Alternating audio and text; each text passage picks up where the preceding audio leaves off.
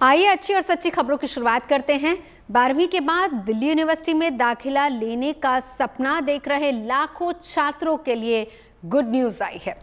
तो अच्छी सच्ची खबरों की शुरुआत इसी गुड न्यूज़ से कर लेते हैं। अब ना तो आपको मार्क्स की टेंशन होगी और ना ही कट ऑफ की अड़चन सामने आएगी। बस अपनी योग्यता के दम पर 12वीं पास कोई भी छात्र अपने मनपसंद कॉलेज या फिर कोर्स में एडमिशन ले सकेगा।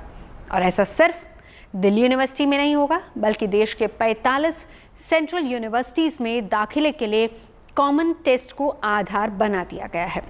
इसका सबसे बड़ा फायदा ये होगा कि एडमिशन के मामले में सभी छात्रों को एक लेवल मिल पाएगा, यानी अलग अलग बोर्ड की वजह से मार्क्स में जो फर्क आता था वो अब खत्म हो जाएगा। और दूसरा फायदा ये कि सभी यूनिवर्सिटी और कॉलेजेस एक प्लेटफॉर्म पर आ जाएंगे।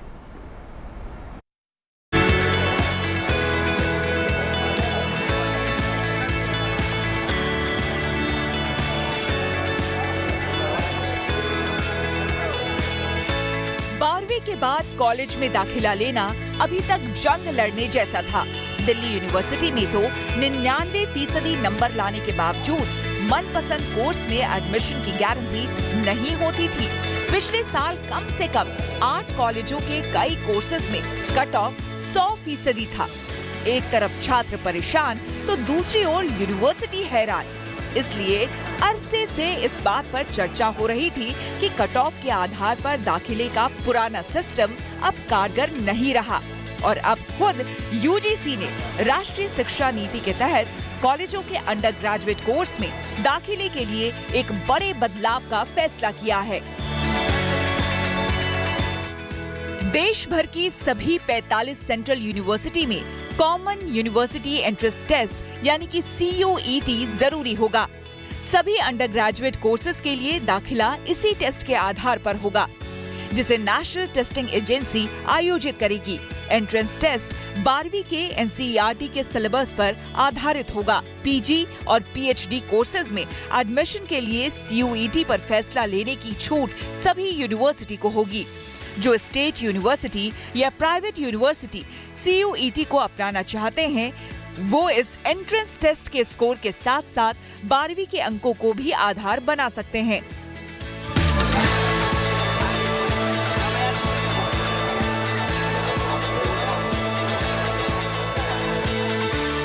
कट ऑफ लिस्ट की जगह कॉमन एंट्रेंस टेस्ट लागू करने के पीछे दलील ये है कि सभी कॉलेज एक लेवल पर आ जाएंगे और अलग अलग बोर्ड्स के छात्रों को बराबरी का मौका मिलेगा।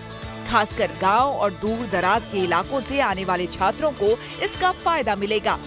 12वीं के नंबर का मतलब नहीं रह जाएगा, इसलिए सभी छात्रों के लिए कट ऑफ लिस्ट का घनचक्कर खत्म हो जाएगा।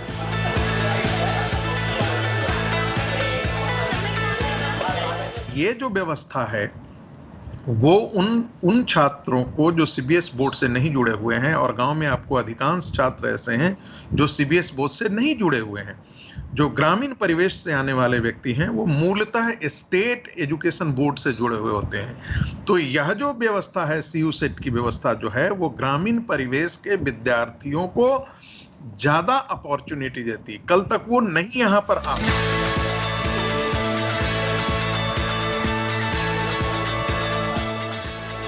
अच्छी बात यह है कि कॉमन एंट्रेंस टेस्ट अंग्रेजी और हिंदी के अलावा मराठी, गुजराती, तमिल, तेलुगु और कन्नड़ समेत 13 भाषाओं में लिया जाएगा, यानी कोई भी छात्र पीछे नहीं छूटेगा।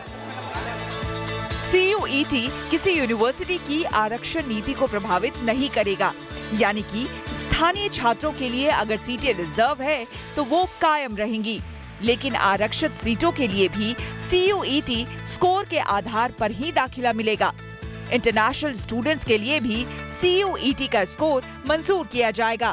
प्रोफेशनल कोर्सेज या परफॉर्मिंग आर्ट्स जैसे थिएटर और म्यूजिक के लिए यूनिवर्सिटी कॉमन टेस्ट के साथ प्रैक्टिकल टेस्ट भी ले सकती है। वो जब आप टेस्ट देने जाते हैं तो आप उसमें अपना स्ट्रीम आप अपना बताते हैं। जो कॉमन टेस्ट होगा उसका मतलब क्या, सारे विषयों के तो ये होंगे नहीं। जब आप जिस स्ट्रीम में आप जाना चाहते हैं, आप उसी स्ट्रीम में टेस्ट देंगे ना।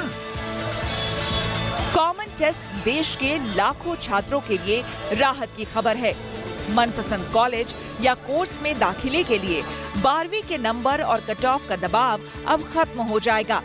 अलग अलग बोर्ड्स के अलग अलग मार्किंग सिस्टम का खामियाजा नहीं भुगतना पड़ेगा। 12वीं पास करने के बाद कॉमन एंट्रेंस टेस्ट का स्कोर ही कॉलेज में उनकी सीट तय करेगा। दिल्ली से श्रुतिका के साथ bureau report, good news today. यानी सीधे तौर पर देखिए तो दिल्ली यूनिवर्सिटी भी उन 45 केंद्रीय विश्वविद्यालयों में शामिल है जहां पर ग्रेजुएट कोर्स में दाखिले के लिए इस साल से CUET यानी कि कॉमन यूनिवर्सिटी एंट्रेंस टेस्ट होगा। इसका सीधे तौर मतलब ये होगा कि वहां पढ़ने की चाह रखने वाले छात्रों को कट ऑफ की गला काट प्रतिस्पर्धा से छुटकारा मिलेगा। और ऐसे छात्रों की संख्या सैकड़ों में नहीं, हजारों में नहीं, बल्कि लाखों में होती है। देश के दूसरे राज्यों से 12वीं पास करने के बाद हर साल लाखों बच्चे दिल्ली यूनिवर्सिटी का भी रुख करते हैं। इस साल भी करीब 2,87,000 बच्चों ने दाखिले के लिए आवेदन किया है।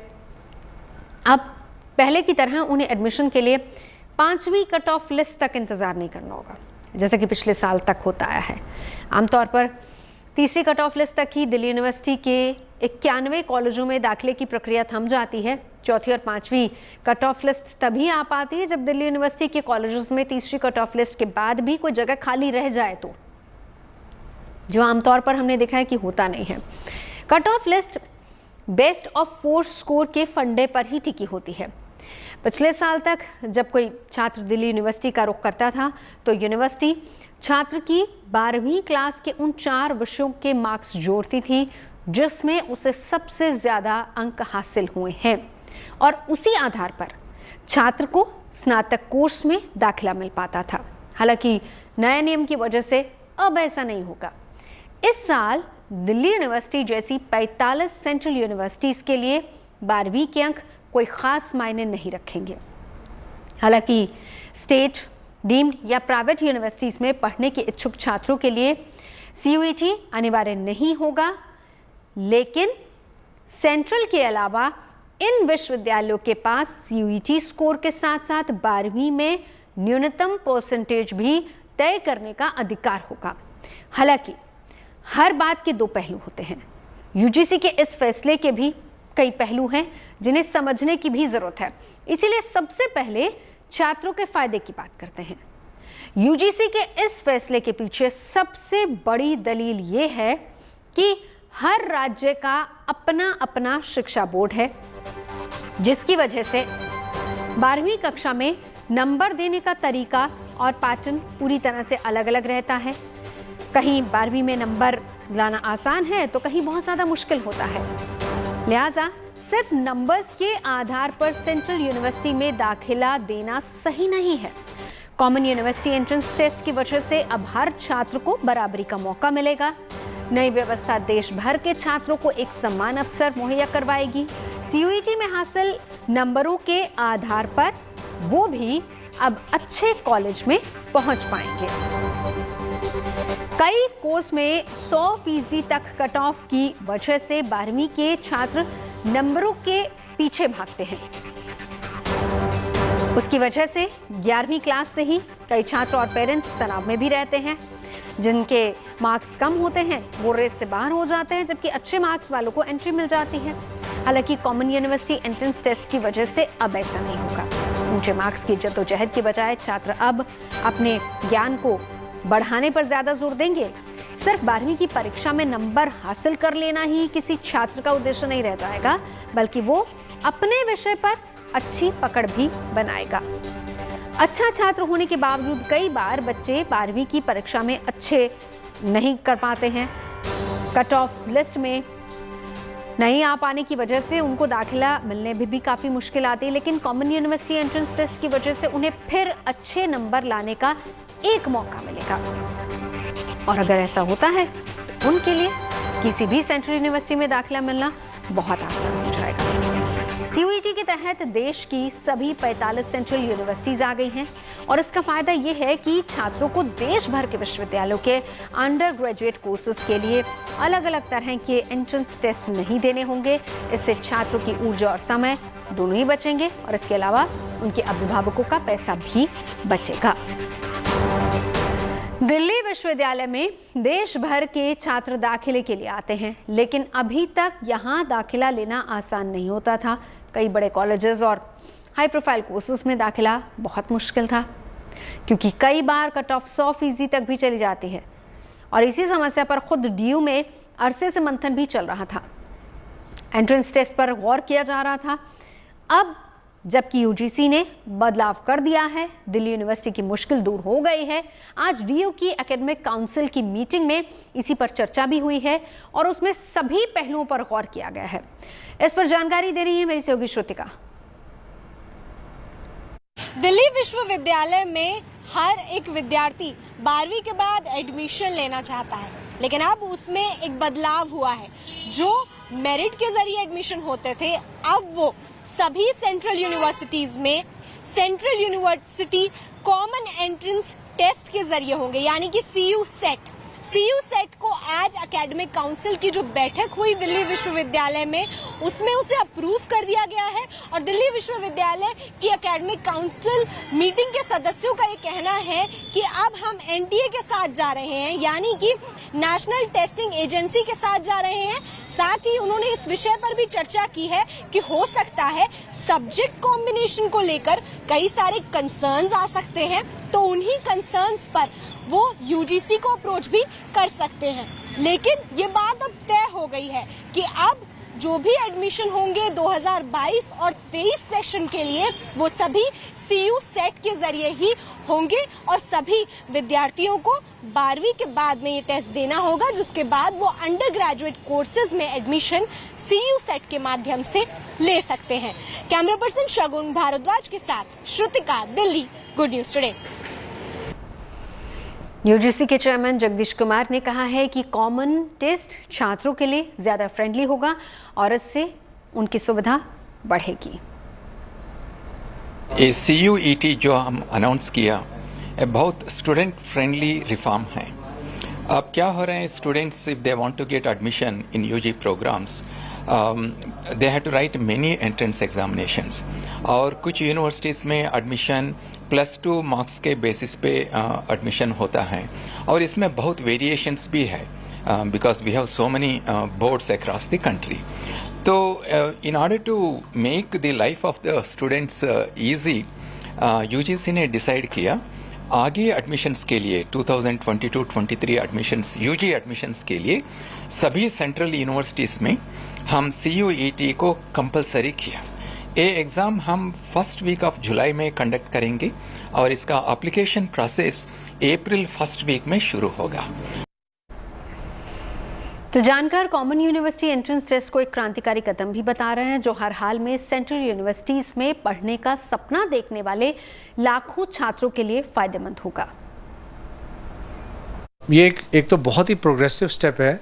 अगर आप इंटरनेशनली देखेंगे तो सैट जैसा एग्ज़ाम जो कि यूएस में होता है, ऐसी काफ़ी कंट्रीज़ में एंट्रेंस एग्ज़ाम्स ही ज़्यादा यूज़ होते हैं। तो मेरा ये मानना है कि इसके आने से एक तो इक्वलाइजेशन हो जाएगा। मतलब मैं केरला में पढ़ रहा हूँ या आंध्रा बोर्ड में हूँ या यूपी बोर्ड में हूँ या दिल्ली में पढ़ रहा हूँ, मेरे लिए सब कुछ इक्वल हो जाएगा। मैं एंट्रेंस लिखूँगा, उसमें मेरिट में आ जाऊँगा, मेरा अच्छा कॉलेज मिलेगा या नेक्स्ट कॉलेज मिलेगा एंड सो ऑन। डिपेंड करेगा कि मेरे उस एंट्रेंस में कितने आए हैं। दूसरी बात, रोट लर्निंग ख़त्म करेगा। मतलब ये ट्यूशन का सिस्टम क्या है, बच्चों को घोट घोट के पिला पिला के मतलब अच्छे नंबर लाना। So I think that is a system which will go down. और एप्टीट्यूड, बेसिक बच्चों का क्या रीजनिंग कैसा है, बेसिक न्यूमेरिकल एबिलिटी कैसी है, बेसिक एप्टीट्यूड चेक करके और बच्चे को आगे बढ़ाया जा रहा है। दूसरी बात ये भी है कि हाँ, जो बच्चे टॉपर्स हैं, जिनके 98%, 99%, 100% आने वाले थे, उनको थोड़ा सा लगेगा कि उन्होंने इतने टाइम मेहनत करी और अब एकदम से सिस्टम चेंज हो गया। लेकिन ऐसे लोगों के लिए मेरा संदेश है, मेरा सजेशन है कि आप भी CUET की तैयारी करने लग जाओ। मार्क्स 98 की बजाय 96 रह जाए, 94 रह जाए, 90 रह जाए, उससे कोई फ़र्क नहीं पड़ेगा। अभी तो हम लोग बहुत ही यूनिक सिचुएशन से गुजरे हैं। कोरोना था, कई बच्चे कर पाए, कई नहीं कर पाए। डिजिटली कई लोग बैठ के मतलब घरों में बैठ के पढ़ाई करना आसान नहीं होता। घरों में लोग बीमार हुए, कई सारे इश्यूज़ हुए।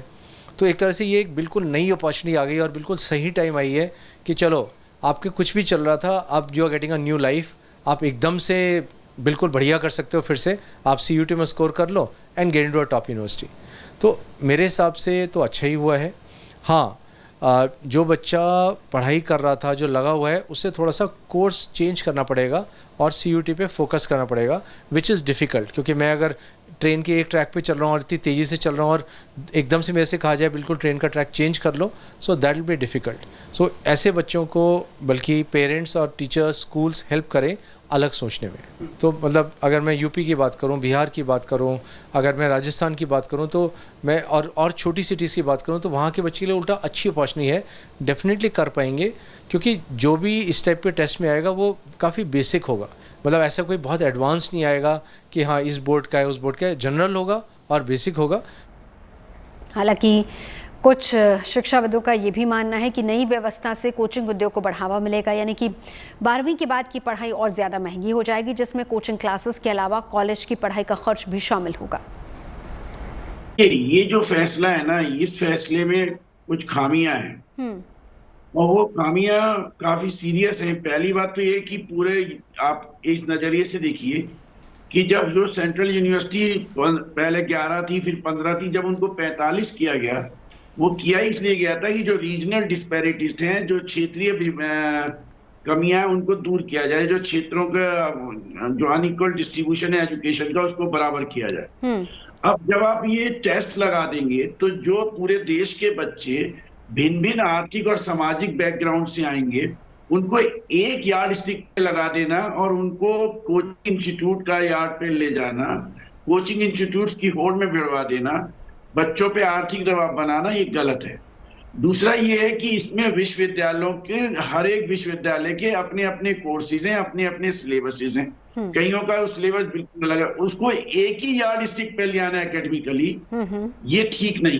अकादमिक ढंग से, शैक्षणिक ढंग से इसको एक उस पे लगा देना, वो बिल्कुल ठीक नहीं है, उससे नुकसान होगा। और इससे ये क्या होता है कि विश्वविद्यालयों की स्वायत्ता पे डे बाय डे हमला हो रहा है। डिमांड ज्यादा है यूनिवर्सिटी एडमिशंस की, सरकारी विश्वविद्यालयों की, और सीटें कम है। सरकार को ये विश्वविद्यालय और ज्यादा खोलने चाहिए, सरकार को ये कॉलेजेस और ज्यादा खोलने चाहिए। सरकार जो नई शिक्षा नीति में शिक्षा को निजीकरण की ओर ले जा रही है, शिक्षा को महंगाई की ओर ले जा रही है, शिक्षा की अपॉर्चुनिटीज को कम कर देगी। इससे वो पहले ही गरीब तबका शिक्षा से वंचित है और वंचित हो जाएगा। हम अच्छी तरह से उसको पढ़े हुए हैं, उसका बहुत एनालिसिस किए हुए हैं। इन विषयों में भी ग्रामीण परिप्रेक्ष्य के बच्चे बहुत कम आ पाते हैं जिनके सेंट्रलाइज टेस्ट है, और जो ग्रामीण परिप्रेक्ष्य के बच्चे आ पाते हैं वो शहरों में जाके किरायों में लेके कोचिंग इंस्टीट्यूट में पढ़ते हैं, चाहे वो इलाहाबाद हो, चाहे वो दिल्ली हो, चाहे मुंबई हो, चाहे पूना हो।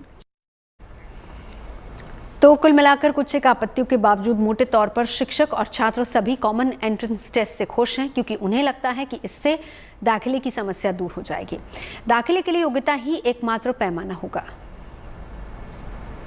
मेरे हिसाब से जो CUCT एग्ज़ाम होने वाला है, ये काफ़ी बेहतर, एक अच्छी अपॉर्चुनिटी होगी सारे बच्चों के लिए जो कि अच्छे स्कोर नहीं कर पाते होंगे।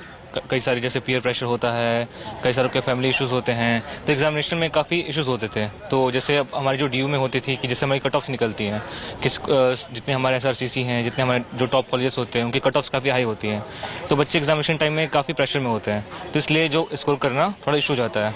अब क्या है कि एक अच्छी अपॉर्चुनिटी है कि जितना हम लोग का एक कॉमन जो टेस्ट होगा, इसके अकॉर्डिंग की सबको एक इक्वल अपॉर्चुनिटी मिल रही है, तो जितने बच्चे हैं सब कोई भी अपने हिसाब से सब कर सकते हैं। इक्वल अपॉर्चुनिटी की आपने बात की, क्या आप भी इस चीज से सहमत हैं कि जब सब कॉमन ग्राउंड पे आ जाएंगे, क्योंकि 12th में सबके मार्क्स वेरी करते हैं, कुछ बच्चे 90s में लाते हैं, और चूंकि जब DU की बात होती है तो DU में तो कट ऑफ 100% तक जाता है, तो ऐसे में क्या लगता है आपको? जी देखिए, कई यहाँ पे दिल्ली विश्वविद्यालय में बहुत से अनेक छात्र आते हैं जो बहुत से स्टेट बोर्ड से आया करते हैं।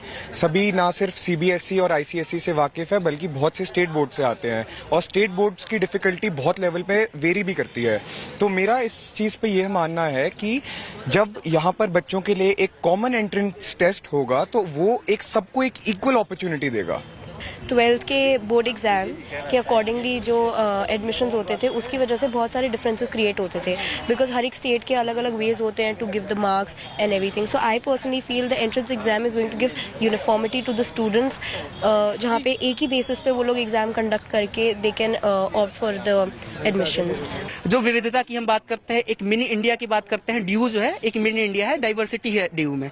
अभी हम पिछले साल के एडमिशन की बात करते हैं, जैसे मेरिट बेस्ड एडमिशन था, हिंदू कॉलेज का मैं एग्जांपल दूंगा, जिसमें पोल साइंस की कट ऑफ गई थी 100, सीट्स थी 20, एडमिशन हुए 100, जिसमें से केवल एक पर्टिकुलर बोर्ड के 99 स्टूडेंट थे और जो एक स्टूडेंट था वो अलग बोर्ड का था। तो आप सेम देख सकते हैं कि 99 और 1 ये जो रेशियो था ये कहीं ना कहीं जो ड्यू की डाइवर्सिटी थी उसे खत्म कर रहा था।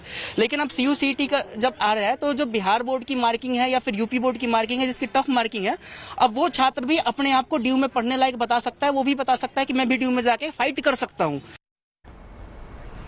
हालांकि अभी भी इस पूरे प्रोसेस में काफ़ी कुछ क्लैरिटी बाकी है, क्योंकि एक और बात है जिसको लेकर अभी भी छात्रों के मन में संशय है। ये बात क्लियर नहीं हो पाई है कि CUET सिस्टम लागू होने के बाद छात्र अपना स्ट्रीम बदल पाएंगे या फिर नहीं।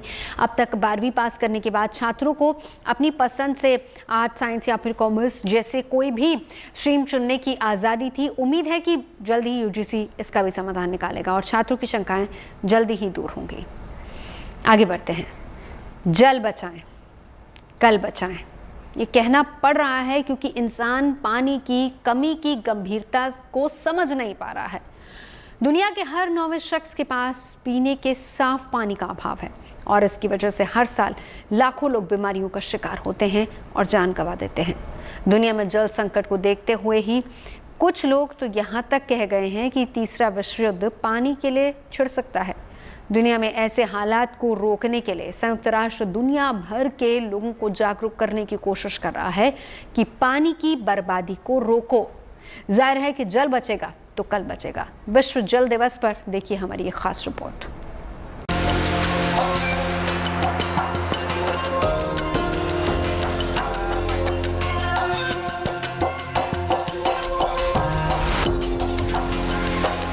देश के हर उस नागरिक से कहूंगा जो पानी की प्रचुरता में रहते हैं, मेरा उनसे आग्रह है कि आपको पानी बचाने के ज्यादा प्रयास करने चाहिए। पानी का उपयोग हमें प्रसाद की तरह करना चाहिए। पानी का उपयोग प्रसाद की तरह करने का ये संदेश देश के प्रधानमंत्री का है। इस संदेश के जरिए पीएम मोदी हर नागरिक को जल संकट को लेकर सचेत करना चाहते हैं। देश में आबादी और पानी की खपत दोनों ज्यादा है, जिसका नतीजा है जल संकट, जिसे रोकने के लिए पीएम मोदी ने विश्व जल दिवस पर हर भारतीय से पानी की एक एक बूंद को बचाने की अपील की। मैं जल संरक्षण को देश सेवा का ही एक रूप मानता हूं। लोगों तक जल पहुंचाना और जल संरक्षण मेरी प्राथमिकताओं में रहे। मैं देश के हर उस नागरिक से कहूंगा जो पानी की प्रचुरता में रहते हैं, मेरा उनसे आग्रह है कि आपको पानी बचाने के ज्यादा प्रयास करने चाहिए। पानी का उपयोग हमें प्रसाद की तरह करना चाहिए। पानी के बिना धरती पर जीवन की कल्पना नामुमकिन है। पानी पीने से लेकर खाना बनाने, कपड़े धोने और रोजमर्रा के हर काम से जुड़ा है। पानी हमारी मूलभूत जरूरत होने के साथ साथ जीवन का आधार भी है और इसके महत्व को समझने, समझाने के लिए हर साल 22 मार्च को विश्व जल दिवस मनाया जाता है।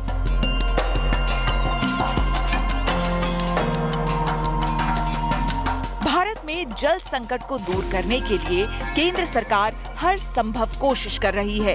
साफ पानी हर घर तक पहुंचाने के लिए 2019 से हर घर जल योजना चलाई जा रही है। इस योजना का मकसद हर इलाके और हर घर में साफ पानी का इंतजाम करना है। मोदी सरकार ने इस साल के बजट में देश के 3 करोड़ 8 लाख परिवारों तक पीने का साफ पानी पहुंचाने का लक्ष्य रखा है, जिसके लिए वित्त मंत्री निर्मला सीतारमण ने बजट में 60,000 करोड़ रुपए का आवंटन किया है। पिछले 2 साल में सरकार ने 5 करोड़ 5 लाख घरों तक नल का जल पहुंचाया है। इस योजना का उद्देश्य ग्रामीण भारत के सभी घरों में नल कनेक्शन लगवाना और हर घर तक नल का साफ पानी पहुंचाना है।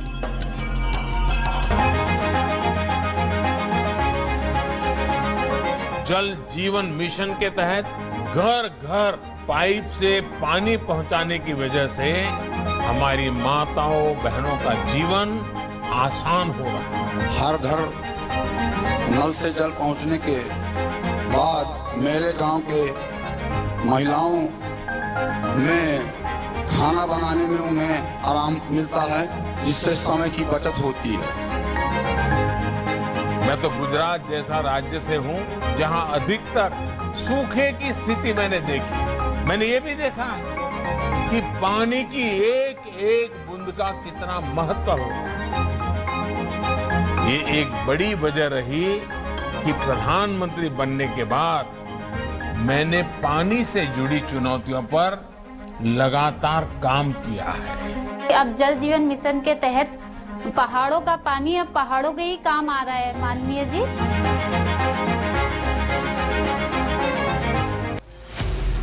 सरकार हर घर पानी की व्यवस्था तो करवा ही रही है, लेकिन आम लोगों के लिए भी पानी की अहमियत समझना बेहद जरूरी है।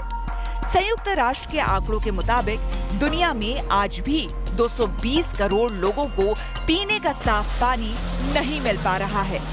ऐसे में जल संरक्षण के प्रति जागरूकता लाना बेहद जरूरी है। भारत जैसे देश में भी सभी तक साफ पानी पहुंचाना बड़ी चुनौती रही है। देश में 33 लाख वर्ग किलोमीटर के इलाके में इस्तेमाल होने वाला पानी मौजूद है और इस पानी को इस्तेमाल करने वालों की आबादी दुनिया की 16% है, यानी पानी कम और लोग ज्यादा हैं। पूरी दुनिया में पानी इस्तेमाल करने के मामले में भारत का नाम टॉप 10 देशों में आता है। इस खपत को कम करने के लिए भारत सरकार ने शहरों में 130 लीटर पानी प्रति व्यक्ति प्रतिदिन निर्धारित किया है। वहीं ग्रामीण इलाकों के लिए जल जीवन मिशन के अंतर्गत 55 लीटर पानी प्रति व्यक्ति प्रतिदिन निर्धारित है। यानी देश और दुनिया को जल संकट से बचाने के लिए हर इंसान को रोजमर्रा के कामों में कम से कम पानी का उपयोग करने की कोशिश करनी चाहिए। नहीं तो वो दिन दूर नहीं जब पानी एक बड़ी समस्या होगी। आपको धरती पर पानी की मौजूदगी और उसका इस्तेमाल समझाते हैं। वैसे तो दुनिया के कुल क्षेत्रफल के 71% हिस्से पर पानी है, लेकिन इनमें से 97.5% हिस्से पर समुद्र है जो खारा है, जिसका इस्तेमाल सीधे तौर पर नहीं किया जा सकता, और 1.5% पानी बर्फ के रूप में ध्रुव प्रदेशों में मौजूद है। बचे 1% पानी का 60% खेती और उद्योग कारखानों में इस्तेमाल होता है और 40% पीने, भोजन बनाने, नहाने, कपड़ा धोने और साफ सफाई पर खर्च होता है। धरती पर इस्तेमाल होने वाला पानी कम है, लिहाजा उसकी अहमियत समय रहते समझनी होगी, तभी आने वाले समय में जल संकट को थामा जा सकता है। Bureau report, good news today.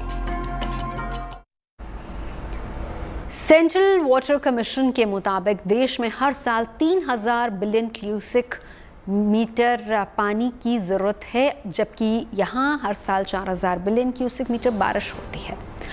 इन आंकड़ों के बावजूद जल संकट की समस्या देश में इसलिए है क्योंकि हम बारिश के पानी का संग्रह नहीं कर पाते हैं। जल संकट की गहराती समस्या पर नीति आयोग ने 2018 में एक रिपोर्ट जारी की थी और रिपोर्ट के मुताबिक देश के 21 शहरों में ग्राउंड वाटर खत्म होने को है और इन शहरों के लोगों को पानी के लिए दूसरे शहरों पर निर्भर होना पड़ेगा। वहीं एक आंकड़ा ये भी है कि देश में हर साल 35 अरब लीटर पानी खरीद कर पिया जाता है, जो पानी आज से 50 साल पहले हर गली मोहल्ले में हैंडपंप से फ्री में मिलता था। उसी पीने के पानी ने आज करीब 2 लाख करोड़ रुपए का बिजनेस बनाया है। Trade promotion council of India के मुताबिक 2023 तक ये इंडस्ट्री 4.5 लाख करोड़ तक पहुंच सकती है। देश में बोतलबंद पानी के कारोबार में 65% हिस्सेदारी 3 कंपनियों की है। इनमें 40% सबसे ज्यादा बिकने वाला पानी और कंपनी है बिस्लरी। वहीं दूसरे नंबर पर एक्वाफिन है, जिसकी पानी के बाजार में करीब 15% की हिस्सेदारी है। तीसरे पायदान पर किनले है, जो वाटर इंडस्ट्री में करीब 10% की हिस्सेदारी रखती है। इसके अलावा देश में करीब 150 कंपनियां बोतलबंद पानी बनाती हैं और बेचती हैं। पैकेज्ड वाटर की कुल बिक्री में सबसे ज़्यादा बिकने वाली वाटर बॉटल में 1 लीटर पानी की बोतल शामिल है। देश में करीब 42% लोग 1 लीटर पानी की बोतल खरीदते हैं। वहीं 2 लीटर की पानी की बोतल खरीदने वालों की संख्या 40% है। 500 मिलीलीटर की बोतल खरीदने वालों की संख्या 20% है। इन बोतलबंद पानी की कंपनियों पर नकेल कसने के लिए नियम बनाए गए, जिनमें इन कंपनियों को BIS सर्टिफिकेट लेना ज़रूरी होता है और साथ ही food safety and standards authority of India यानी कि FSSAI से लाइसेंस भी लेना ज़रूरी होता है। साफ है कि पीने के पानी के लिए लोग बोतलबंद पानी की ओर बढ़ रहे हैं, यानी कि पीने के पानी की समस्या बहुत बड़ी है। सुरक्षित पानी के लिए बोतलबंद पानी भरोसेमंद बन गया है और इसकी बड़ी वजह है देश में ग्राउंड वाटर में कमी। जनसंख्या में वृद्धि, तेजी से शहरीकरण, औद्योगिकरण और कम बारिश से देश में ग्राउंड वाटर में कमी आई है। हालांकि मोदी सरकार ने जल संकट का समाधान करने के लिए अपने दूसरे कार्यकाल में जल शक्ति मंत्रालय का गठन किया था, जिसका लक्ष्य ये है कि साल 2024 तक देश के सभी घरों में नल का जल उपलब्ध करवाया जाए और इसी के माध्यम से सरकार पानी के इस्तेमाल को नियंत्रित भी करना चाहती है। वहीं पानी के इस्तेमाल के मामले में इजराइल दुनिया के देशों के लिए एक उदाहरण है। यहाँ घर में इस्तेमाल होने वाले 100% पानी को फिर से साफ किया जाता है और इसका 94% भाग फिर से घरों में ही इस्तेमाल के लिए सप्लाई किया जाता है। यहाँ सिंचाई कार्य में आधे से अधिक पानी पहले से इस्तेमाल किया हुआ होता है। भारत भी इजराइल से सीखकर पानी का विवेकपूर्ण इस्तेमाल कर सकता है। इससे देश के बड़े शहरों में पानी का संकट खत्म हो सकता है। आप ऐसी स्कीम्स बनाएं कि यहाँ पे ग्राउंड वाटर से सिर्फ पानी मतलब हम लेते नहीं है, उसका रिचार्ज का भी प्लान रहे। अगर आप लोग सिटी वाइज प्लान बोल रहे हैं तो सिटी वाइज एक प्लान होना चाहिए जहाँ पे city level ground water recharge हो। वो कैसे होंगे? सिर्फ घरों का रेन वाटर हार्वेस्टिंग के बारे में मैं नहीं बोल रही हूँ। पॉन्ड्स, लेक्स जो सिटी में होता है वो रेनोवेशन हो, वो साफ सफाई हो, वो प्रोटेक्ट करे हम लोग, ये सब हो। और चलते चलते आज की सबसे खूबसूरत तस्वीर आपको दिखाते हैं। ये तस्वीर इंदौर से आई है। इंदौर देश का सबसे साफ सुथरा शहर है, जिसने 1 या 2 बार नहीं बल्कि 5 बार लगातार स्वच्छता का पुरस्कार हासिल किया है। लेकिन ये ऐसे ही संभव नहीं हुआ है।